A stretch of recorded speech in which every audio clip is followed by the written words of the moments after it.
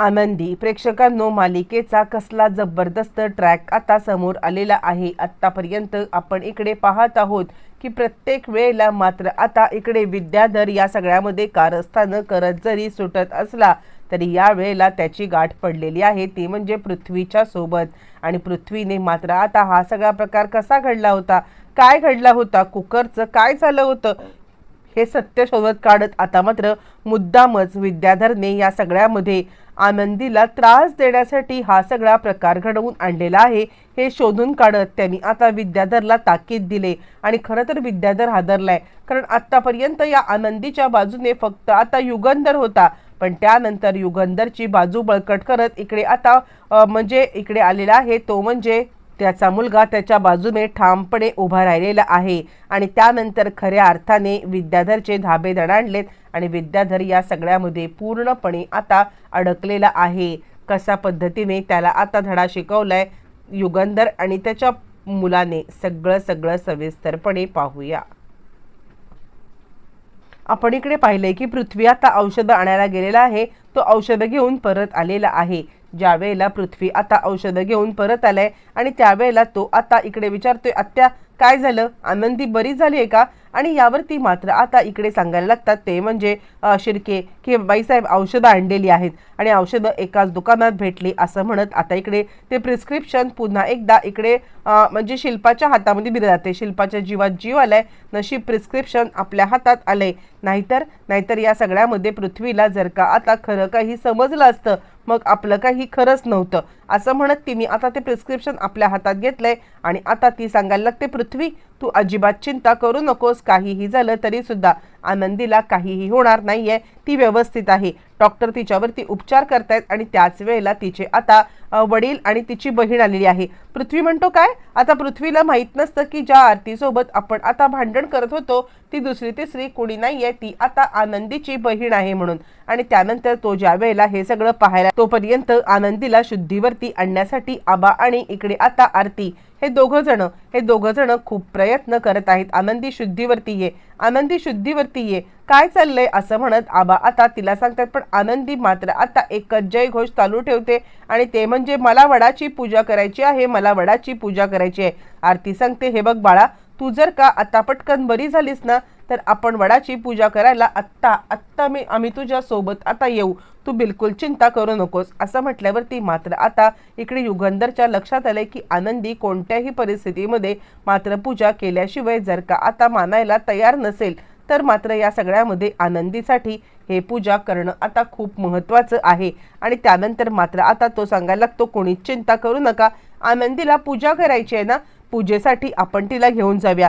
तोपर्यंत पृथ्वी सांगायला लागतो, एक मिनिट काय चाललंय, तुम्ही आता सगळेजण तिला आता बाजूला सोडा बरं, मोकळं करा, आनंदी तू बरी होणार आहेस असं आता मात्र तो आनंदीला बोलायला लागतो। ज्या वेळेला तो आनंदीला हे सगळं बोलत आहे आणि त्याच वेळेला आनंदी सांगते, मला आत्ताच्या आत्ता घेऊन चला, आणि ते म्हणजे ताबडतोब इकडे आता देवळामध्ये मला मंदिरामध्ये घेऊन चला, कारण मला पूजा करायची आहे।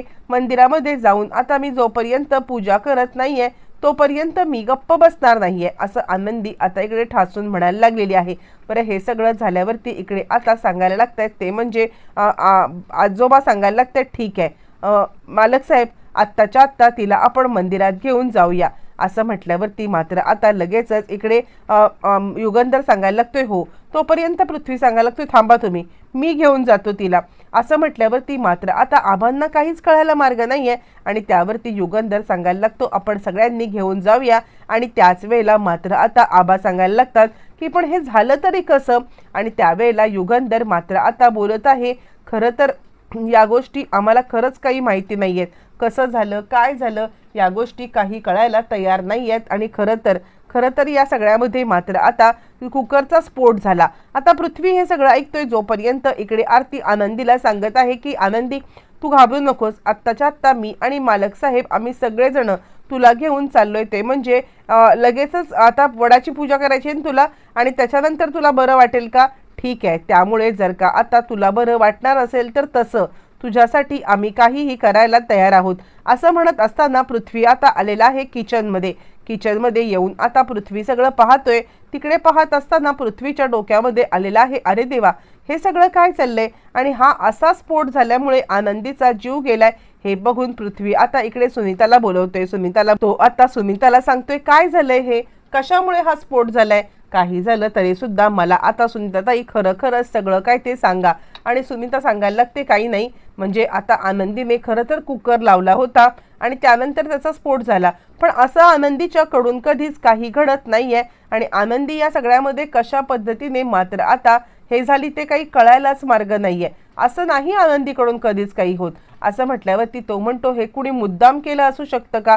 यावरती मात्र आता सुनीता काहीच बोलत नाहीये. पण त्याच वेळेला मात्र आता पृथ्वी तिकडे सगळं गोष्ट पाहतोय आणि तो सांगायला लागतोय की इथे कुणीतरी मात्र आता म्हणजे पीठ लावून ठेवले. हे ज्या वेळेला पृथ्वीला समजलेलं आहे आणि त्यावेळेला पृथ्वीला मात्र आता खूपच मोठा धक्का बसलाय.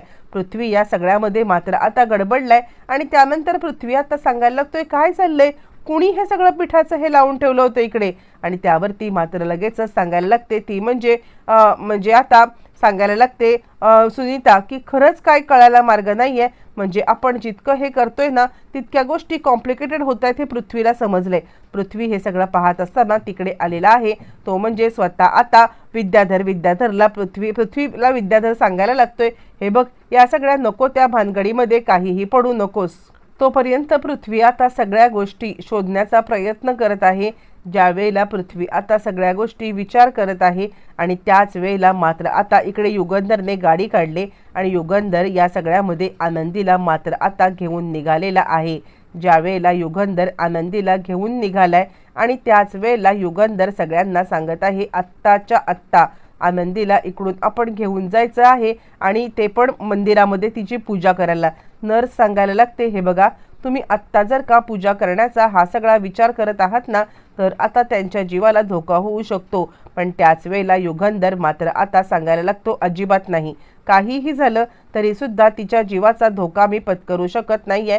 कोणत्याही परिस्थितीमध्ये तिच्या जीवाला धोका होणार नाही याची आता मी खबरदारी घेणार आहे आणि तिने जर पूजा केली नाही ना तर तिच्या जीवाला धोका होईल. ही गोष्ट सुद्धा आता तुम्ही सगळ्यांनी लक्षात घ्या. असं म्हटल्यावर ती मात्र आता इकडे आनंदी फक्त आता एकच गोष्ट बोलत चाललेली आहे, मालक साहेब मला घेऊन चला, मालक साहेब मला घेऊन चला. युगंधर तिला आता घेऊन चाललाय. तोपर्यंत पृथ्वीचं इकडे सगळी शोध मोहीम चालू आहे. पृथ्वी या सगळ्यामध्ये मात्र आता इकडे शोधत आहे की नक्की हे सगळं कुणी घडवून आणलेलं आहे आणि त्याच वेळेला त्याच्या लक्षात आलेलं आहे ते म्हणजे विद्याधरचा आता इकडे सगळं घरामध्ये चाललंय. तरी सुद्धा जो काही विचित्रपणा चाललाय ते लक्षात त्याच्या आता आलेला आहे आणि त्यानंतर मात्र आता ताबडतोब तो विद्याधरकडे आलाय आणि काका आले तिकडे. आनंदीला मात्र आता असा त्रास होतोय आणि तू इथे का बसलायस. यावरती तो म्हणतो, मरे का नाही, आपल्याला काय करायचंय तिचं आणि तू पण तिच्या नादी जास्त लागू नको. आणि त्यावर मात्र आता इकडे आलेला आहे तो म्हणजे शिर्के आणि शिर्के सांगतात की मालक साहेब आनंदीला घेऊन आता चाललेले आहेत ते म्हणजे मंदिरामध्ये. आणि असं म्हटल्यावर ती शिल्पा त्यांना ओरडते, काय चाललंय तुमचं. आणि त्याच वेळेला मात्र आता विद्याधर इकडे बोलतोय, अजून किती दिवस लपवणार आहात की आता आनंदी या घरामध्ये मात्र आलेली आहे. ती फक्त आणि फक्त एक कामवाली नाहीये तर आता या आता पृथ्वीची आई बनून. पृथ्वी म्हणतो, काका काय बोलतोयस तू. यावरती तो म्हणतो, माझ्यावरती विश्वास नसेल तर तुझ्या या आत्याला विचार, तुझ्या त्या बापाला विचार. असं म्हटलं मात्र आता चिडलेला पृथ्वी सांगायला लागतो, म्हणजे तू आता तिला त्रास देण्याचा प्रयत्न केलास का, तू हे सगळं कुकरचं नाटक केलंस का. यावरती तो म्हणतो, हो केलं मी कुकरचं नाटक, काय म्हणायचंय तुला. अरे तुला साधी गोष्ट कळत नाहीये का, ही बाई तुझ्या आईच्या हक्काचं स्थान घेऊ बघती आहे आणि असं असताना तुला आता या बाईचा इतका पुळका का आहे. आणि यावरती तो म्हणतो, अरे माणुसकी म्हणून काही असतं की नाही, तुला आता जीवाला जरा तरी माणुसकी आहे की नाही, तू या सगळ्यामध्ये तिच्या आता का बरं जीवाशी खेळतोयस, मला खरंच काही कळत नाहीये, का हे सगळं केलंस. यावरती तो म्हणतो, अरे तुझ्यासाठी केलंय. आता तुझ्या आईला या सगळ्यामध्ये जर का आता तिचं हक्काचं स्थान मिळवून तुला आता द्यायचं असेल तर हे सगळं तुला करायलाच पाहिजे. यावरती तो म्हणतो, खबरदार कुणाचा तरी जीव घेऊन कुणाच्या तरी हक्काच्या गोष्टी केल्यात तर माझ्या आईसाठी मी आता हे सगळं कधीच केलेलं नाहीये. एक गोष्ट लक्षात ठेव, कोणत्याही परिस्थितीमध्ये माझ्या आईला असा हक्क नको आहे आणि ही जर का त्यांची बायको असेल तर तिचा हक्क तिला मिळालाच पाहिजे. एका दगडात दोन पक्षी गेलेले आहेत. ते म्हणजे इकडे आता समजलेलं आहे ते म्हणजे म्हणजे इकडे आता समजलेलं आहे पृथ्वीला की ही आपली आई आहे. हे